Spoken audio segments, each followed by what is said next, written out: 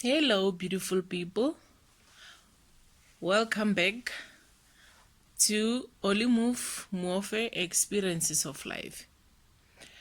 Like I said, that I'm going to do the part 2 of hip hopping of churches, the experience that I had from these different churches. Yes, this is part 2 of it. And yeah, I'm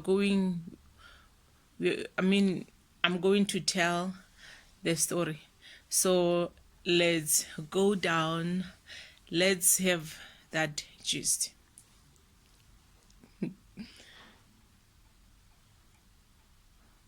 As that experience will make a person,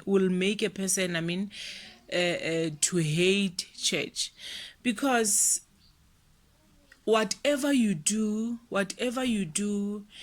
is revolving in that church. Whatever you do is revolving in that church. You need to consult with the church.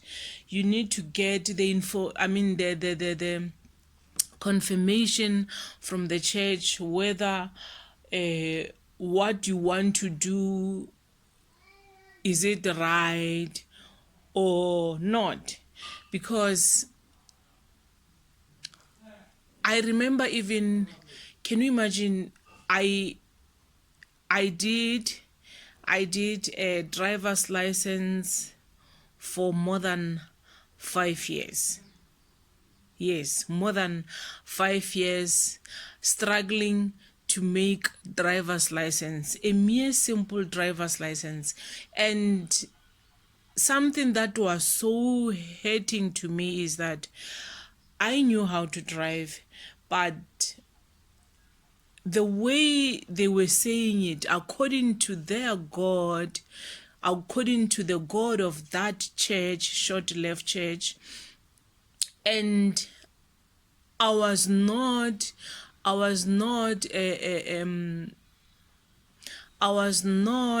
supposed to get the driver's license according to their God, the God of that church, before I can be a prophetess to that church. Like I said, that I'm not a prophetess. I'm not seeing anything. There is nothing that I'm seeing. Like the problems of other people, or whatever thing that is happening on people in general. I'm not a prophetess. And they told me that I am a prophetess. I need to prophesy first. I need to make the ritual first.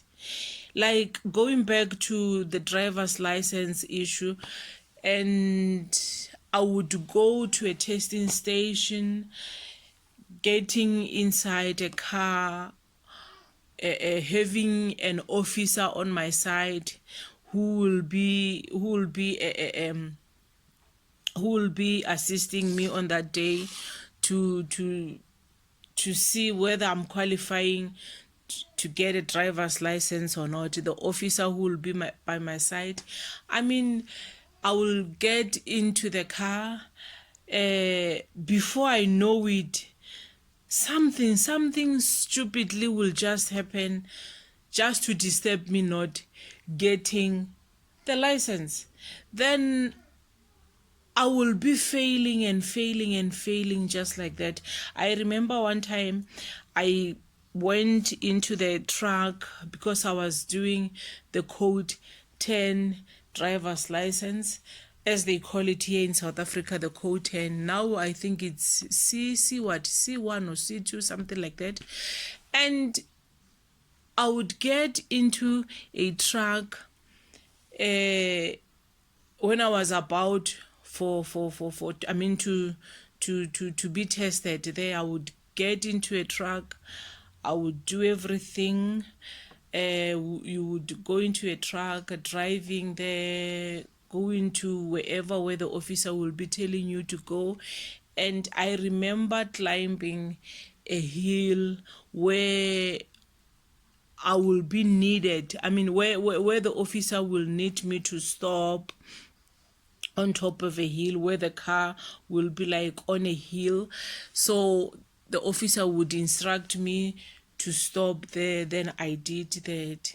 I stopped nicely, did the clutch brake nicely, and I observed nicely. Then I did the handbrake. Then the truck went back like the way it's supposed to sit to find its position, and the officer just came to me and said, come out of the truck, go to a passenger side. Then he entered the truck and said, it's over, you have failed. I was so torn apart that day. I asked him, what is wrong? What's the problem of me failing today? Then he said to me, no, the truck rolled back. Then I did ask him that, did you tell me to brake while the truck was busy rolling back, so that I can be aware that, okay, now the truck is rolling back, is going back, then I need to stop it like fast there and there. I need to stop the truck so that it could never go back. Then the officer said no. Then I asked him again and I said, okay, why now are you saying that I have failed, the truck rolled? Then he said, we are not going to talk too much, so you have failed. Okay, I went home. My heart was painful. Then it was on Friday. I remember going back to that church on Saturday. When I arrive, before I can even sit down, then there comes the prophet. Then he said to me, you know what, the God of the church said, we must tell you that he saw you on that day, yesterday, Friday. He saw you that you were there trying to get a driver's license, so he made it to happen like that, and you are not going to get that driver's license until you become a prophetess. Then I was blown away.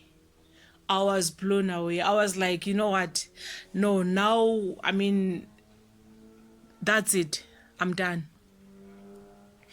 done with this church. I'm done with this thing of the church wanting me to be a prophetess, whereas I'm not. Then I went back home. I remember telling my husband that, you know what, I'm done with this church.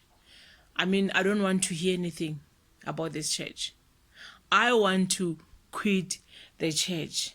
Then my husband, he was like, no, you know what, maybe if you can do those things that they are telling you to do, maybe things will come up okay, things will be all right.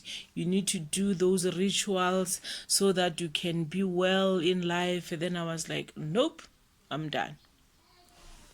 Okay, days went by, months went by, years went by. I remember one time I was going to that church. It was on a Saturday, prophesying to me, telling me how I'm going to die, how I'm not obeying the instructions, how I will not see my daughter growing up. Then I was like, okay,